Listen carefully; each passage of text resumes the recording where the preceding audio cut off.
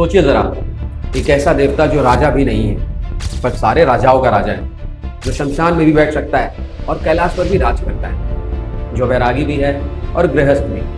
वही तो है महादेव। नमस्ते दोस्तों, मैं हूं सचिन और आप देख रहे हैं भक्ति शक्ति विद सचिन। आज हम शुरू कर रहे हैं हमारी महायात्रा, भारत के देवता सीरीज का पहला episode, Mahadev the eternal Yogi of north and south. कहते हैं जब कुछ भी नहीं था शिव थे, जब सब कुछ खत्म हो जाएगा तब भी शिव ही रहेंगे। He is the origin, the end and the silence in between. उत्तर भारत में वो एक ऑस्टियर एसेटिक है जो कैलाश की गुफाओं में ध्यान लगाए बैठे हैं। दक्षिण में वो नटराज है जो सृष्टि की रिदम पर नाच रहे हैं। एक ही भगवान पर दो रूप, यही तो north versus south of faith की ब्यूटी है। उत्तर भारत में शिव की उपासना उनकी तपस्या से जुड़ी है। यहाँ वो महायोगी है जो हर सांस में सृष्टि का रहस्य सुनते हैं। कैलाश जहाँ शिव स्वयं ध्यान लगाते हैं। कहा जाता है कैलाश पर हर क्षण ओम की ध्वनि गूंजती रहती है। धरती पर उसी का प्रतीक है केदारनाथ। 2013 की बाढ़ में सब कुछ बह गया पर गर्भगृह अड़िग रहा।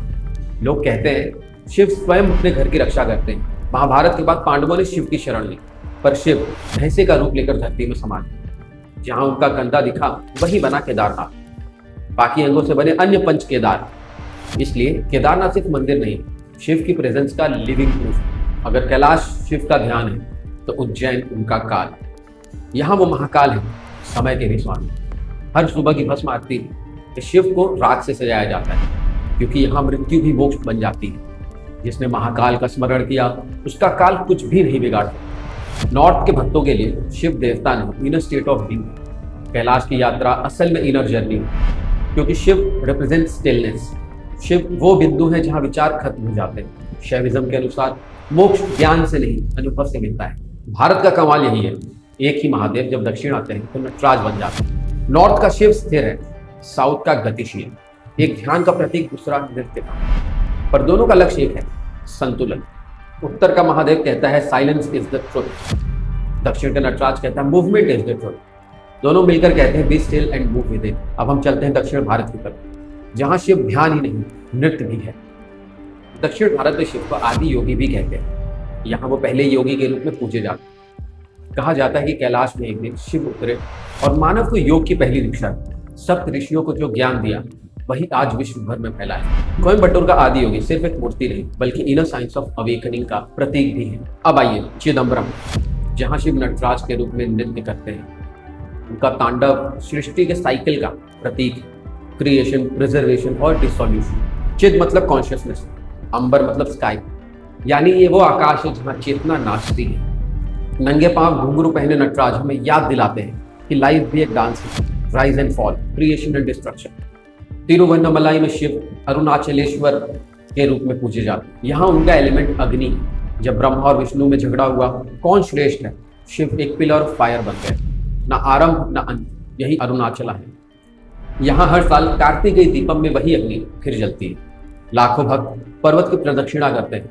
हर कदम कहता है मैं शिव हूँ। दक्षिण भारत के शैव संत कहलाते हैं नयनार। तिरुज्ञान संबंधर, अपर सुंदरर जैसे संतों ने भक्ति को जन जन तक पहुंचाया।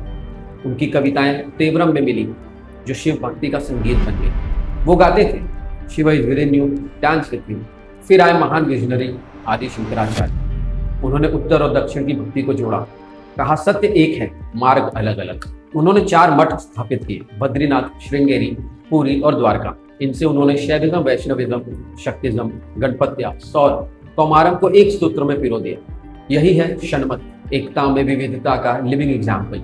उत्तर का शिव कहता है साइलेंस ही सत्य है, दक्षिण का शिव कहता है मूवमेंट ही सत्य है। पर दोनों मिलकर कहते हैं जहाँ साइलेंस और मूवमेंट एक हो वही शिवा है। महादेव कहीं नॉर्थ के नहीं, कहीं साउथ के नहीं, वो तो हम सबके अंदर के योगी हैं। तो दोस्तों ये था पहला episode, Mahadev the eternal Yogi of north and south. अगर आपको भी महसूस हो रहा है कि शिव आपके भी अंदर है तो इस वीडियो को शेयर कीजिए। कमेंट करके बताइए कि आपके लिए महादेव का क्या मतलब और कहाँ आपने उनकी एनर्जी महसूस की है। मैं हूँ सचिन, आप देख रहे हैं भक्ति शक्ति विद सचिन। अगर ऐसी ही स्पिरिचुअल कथाएं जानना चाहते हैं सब्सक्राइब कीजिए, लाइक करिए और शेयर करिए ताकि ये भक्ति हर दिल तक पहुंचे।